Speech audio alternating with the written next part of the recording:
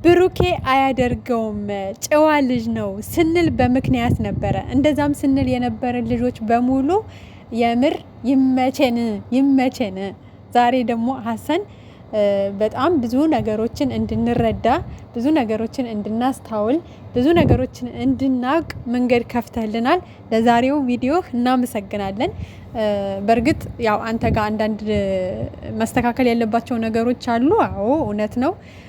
ምናልባትም ጸባይህ ሊሆን ይችላል በነገራችን ላይ ማለት ነው። በቃ ሀሰን ማለት ይሄ ነው፣ እንደፈለገ የሚናገረው ነገሮችን በቃ ችኩል አድርጎ የሚወስነው አይነት ሊሆን ይችላል። የሰው ሁሉ ባህሪ አንድ አይነት አይደለም። በእርግጥ አንዳንድ ሰው ችኩል ነው፣ አንዳንድ ሰው ደግሞ የተረጋጋ ነው፣ አንዳንድ ሰው ደግሞ ድብቅ ነው፣ አንዳንድ ሰው ግልጽ ነው።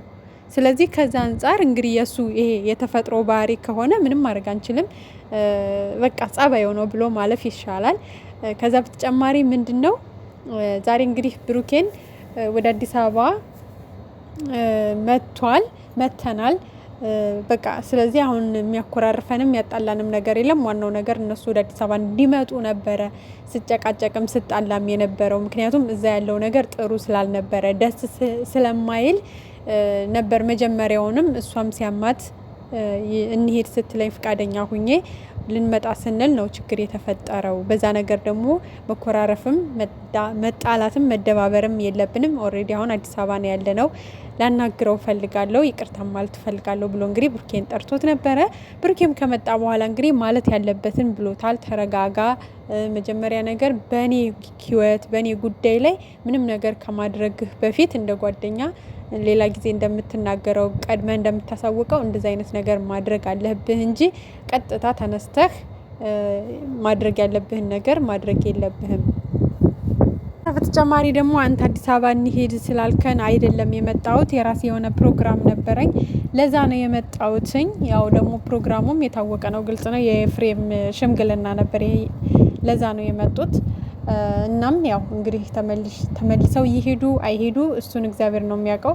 ምንም ግልጽ ያደረጉት ነገር የለም። ግን ደግሞ በራሳቸው በፕሮግራማቸው ነው ወደ አዲስ አበባ የመጡት እንጂ ሀሰንን ይሄድ ስላለ ምናምን እንዳልሆነ ብሩክ አሳውቋል።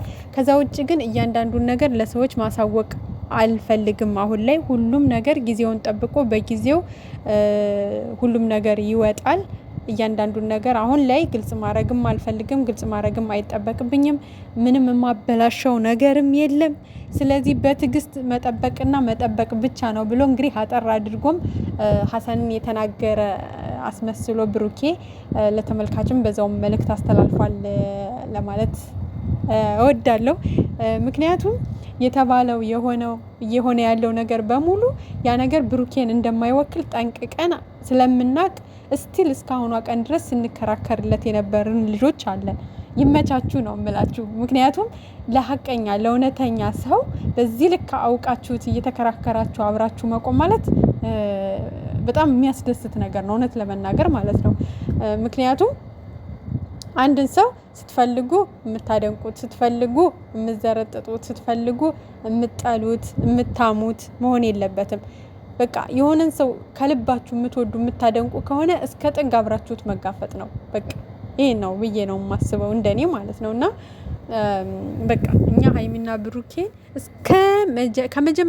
ከመጀመሪያው ቪዲዮአቸውም የነበርን ልጆች አለን። እስካሁንም አብረናቸው ነን ያለን፣ ወደፊትም አብረናቸው እንቀጥላለን ከፈጣሪ ጋር ማለት ነው። ስለዚህ ይሄ ለምሳሌ ልክ በቃ አለ አይደለ ሀይሚ የማታደርገውን ነገር የሆነ እንዳደረገችው ተደርጎ ቢሰራ አዎ እሷማ እንደዚህ ናት እኮ ብለን ግልብጥ ብለን ሀይሚ ላይ በቃ ጥፋተኛ አድርገን እሷን የምንጨፈጭፍ ከሆነ ልክ አይደለም። በቃ በፍጹም ሀይሚ አታደርገውም።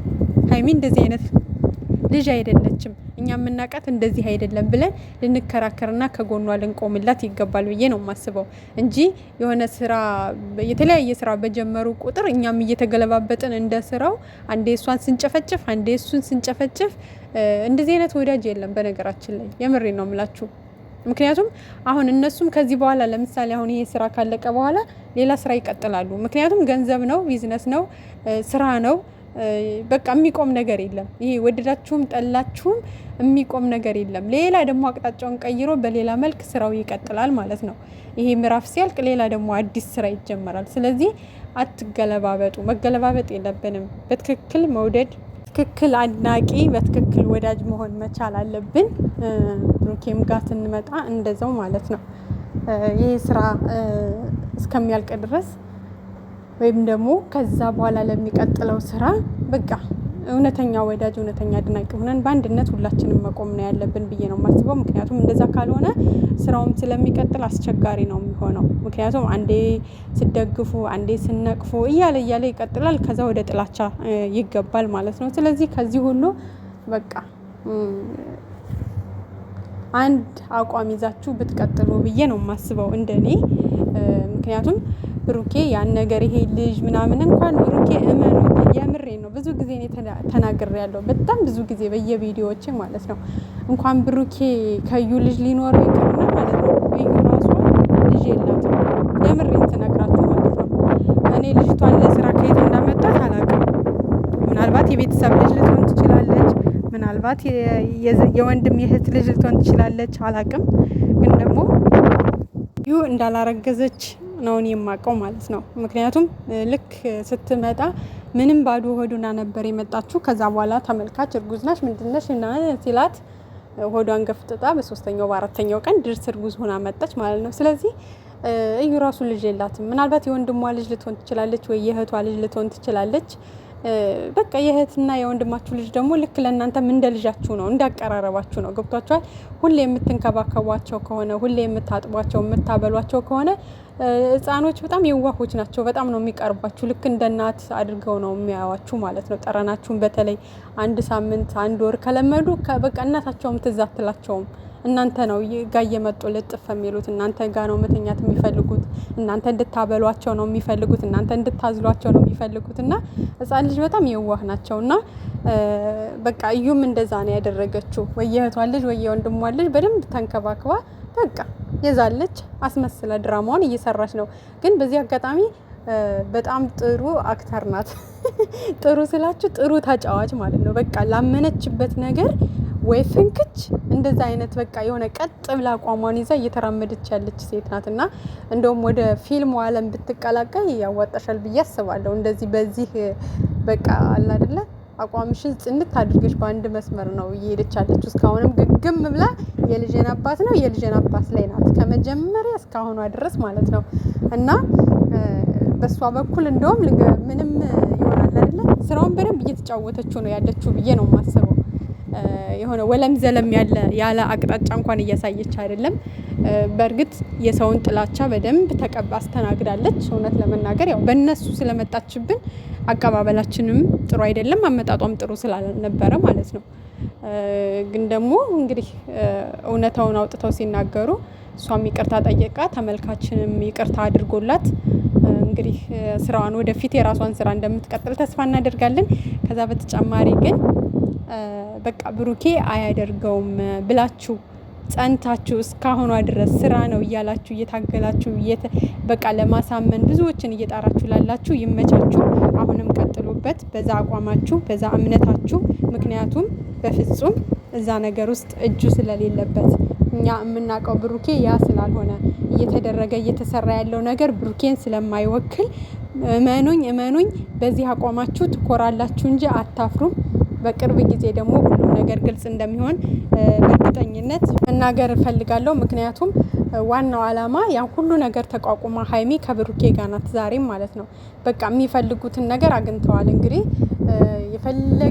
የፈለገ ፈተና ቢበዛበት ሀይሚ በዚህ ነገር እሱንም አልተወችውም ወይ ደግሞ በቃ አልፈልግም ብላ አልተለየችውም። ስለዚህ በቃ የሚያቆሙት ይመስለኛል በቅርቡ። እሱንም ለማየት ያብቃችሁ። ለማንኛውም ሀሰን ዛሬ በሰራው ቪዲዮ ላይ ብዙ ነገሮችን ተረድታችኋል ብዬ አስባለሁ። ብሩኬ ከመጣ በኋላ ብሩኬ ሲናገራቸው የነበሩትን ነገሮች አንዳንዴ ልክ አሁን አንድ ቪዲዮ ከተለቀቀ በኋላ አንድ ቪዲዮ የሰራች ልጅ አለች። ብሩክ ሀይሚን አልፈልግሽም አላት ብላ ማለት ነው። እንደዚህ አይነት የተሳሳተ ልጆችን አዳምጣችሁ ያልሆነ ነገር ሳታወሩ መጀመሪያ ቤቱ ላይ የተለቀቀውን ቪዲዮ በደንብ ለማዳመጥ ሞክሩ። ከዛ በኋላ መታችሁ ሀሳብ አስተያየት ስጡ። አንዳንድ ልጆች ደግሞ አልባል የሆነ ታምሌል እየለጠፋችሁ የምትሰሩ ልጆች ይደብራል በጣም ማለት ነው። የምር እኔ እዚህ ጋር ስም መጥራት አልፈልግም። በጣም ነው የምታዘባት። ሁሌ የምታረገው ነገር በጣም ከቪዲዮዋቸው በጣም በተቃራኒ የሆነ ስራ ነው የምትሰሪውና ብታርፊ